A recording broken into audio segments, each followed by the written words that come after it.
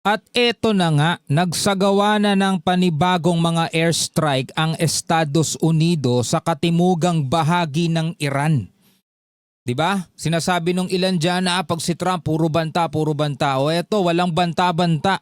Nagsagawa daw mga kapatid ng mga pag-atake na naman ng Amerika. Pero bago 'yon, nagsagawa muna sila ng mga unang pag-atake sa ilang missile strike ng Iran. So pag-usapan natin itong mga balitang to, samahan ninyo ako mga kapatid, bigyan natin to ng reaksyon. I'm just a young nigga chillin' on it. First time I seen ice was a Itong balitang to mula rito sa Net25, sabi rito US nagsagawa ng panibagong airstrike sa Iran. Panoorin natin mga tol. Nagsagawa ng panibagong airstrikes ang Estados Unidos sa katimugang bahagi ng Iran. Bago ito, isang air attack ang ginawa ng Washington sa ilang missile site sa Iran. So airstrike sila dito sa katimugang bahagi ng Iran, pero bago yon sa mga missile sites muna ng Iran. Tinamaan at sumabog umano ang mga bangkang nagtatanim ng landmine malapit sa may karagatan. Nasa puldiyan ng airstrikes ang isang lugar malapit sa Bandar Abbas, isang port city sa Iran na malapit naman sa Strait of Hormuz. Ayon sa US Central Command o CENTCOM, isinagawa ang mga pag-atake bilang self-defense para protektahan ang puwersa ng Amerika laban sa posibleng banta mula sa Iranian forces. So bilang self-defense daw mga tol, sabi ng Amerika. Pero bago itong mga pag-atakin to, kung naaalala ninyo, meron ng naunang babala din ng IRGC na posible daw mas lumawak pa ang gera lagpas sa Middle East. Kung naaalala ninyo yung mga pinag-usapan natin itong mga nakaraang reaction video natin. At the same time mga tol, sabing gano'n ng IRGC, hindi pa daw inilalabas ng Iran yung kanilang totoong lakas. At maipapakita daw nila yon kapag muling umatake ang Amerika. So babala yun ng Iran mga tol. Ngayon nangyari na.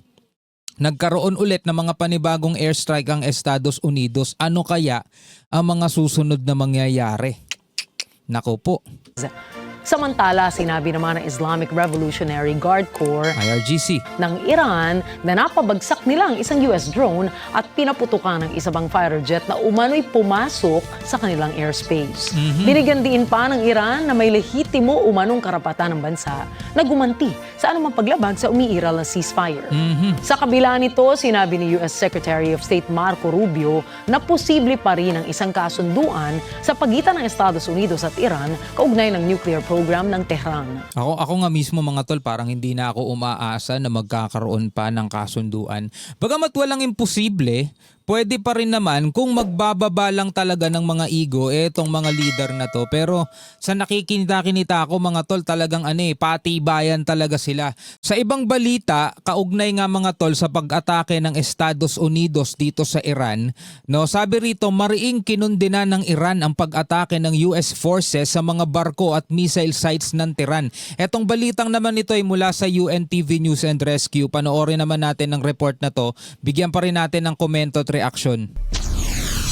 Naglunsad ng panibagong pag-atake ang puwersa ng Estados Unidos sa mga missile launch sites ng Iran at mga barkong pinaghihinalaang naglalagay ng mina sa karagatan malapit sa Strait of Hormuz. Nagbabala na rin di ba dyan si Trump kung nakaraan yung mga makikita daw nilang mga barko o mga sasakyang pandagat na magtatanim ng mga mines is pasasabugin nila. Di ba? Babala na yon mga tol. Oo, ngayon, eto, meron silang mga pinuntirya. Ayon sa US Central Command o CENTCOM, isinigawa ang mga pag-atake bilang self-defense strikes upang protektahan ang mga US forces laban sa umano'y banta mula sa Iran.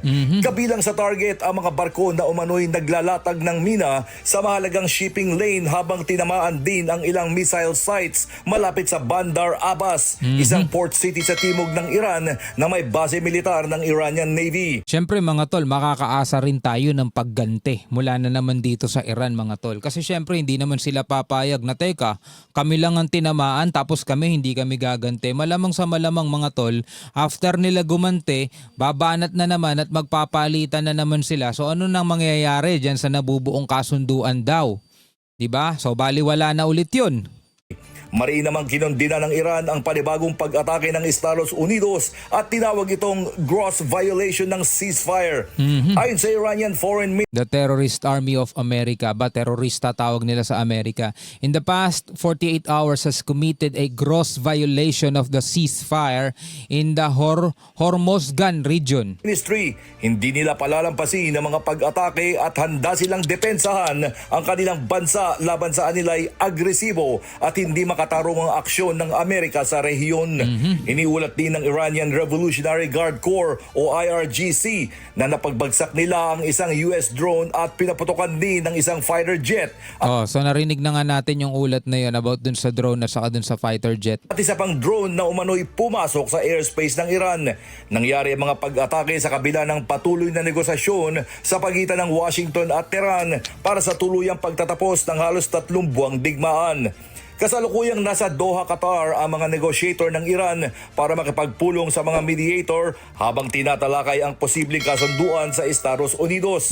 Kabilang sa mga pinag-uusapan ang 60-day extension ng ceasefire, muling pagbubukas ng Strait of Hormuz at mga susunod na negosasyon kaugnay ng nuclear program ng Iran. Again mga tol, bilang reactionist, bilang nagko-comment sa mga ganitong klaseng balita, hindi natin gusto yung mga ganitong klaseng pag-atake kasi nga wala naman tayo talagang mapapala dyan eh. Kay maka-US ka, kay maka-Iran ka, di ba? Kapag naglalaban yung bansa mga tol, pareho lang din tayong apektado eh. Pareho kang mamamahalan ka sa mga presyo ng bilihin, mamamahalan ka sa presyo ng gasolina, may sarili ka mang sasakyan o wala, apektado ka. So anong silbi pa nung papanig ka sa Iran, papanig ka sa Amerika, di ba?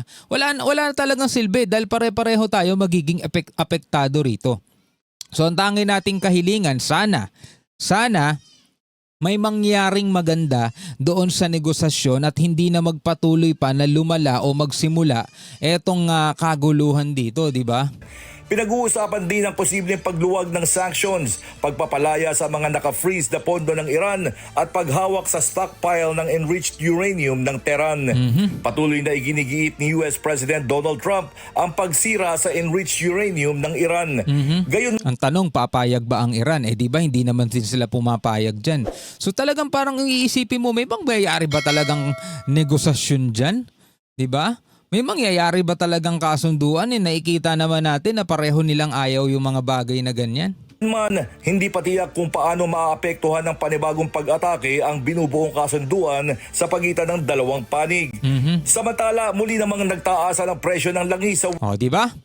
Kahit maka-Iran ka o kahit maka-US ka, walang pakialam dyan ng digmaan. Basta nagkaroon ng gera dyan, tataas ang presyo ng langis, apektado ka. world market matapos ang bagong pag-atake ng US dahil sa pangambang lalong maantala ang paggalaw ng mga oil shipments sa Strait of Hormuz. Di ba? Anong ibig sabihin nun mga tol? Hindi naman porket maka-US ka o hindi to maaapektuhan ng pagtaas ng langis kasi maka-US to eh. O kaya maka-Iran ka o hindi to maaapektuhan ng pagsasara ng Strait of Hormuz kasi maka-Iran to eh. Hindi ganun mga tol eh. Walang pakialam yung bagay na ganyan.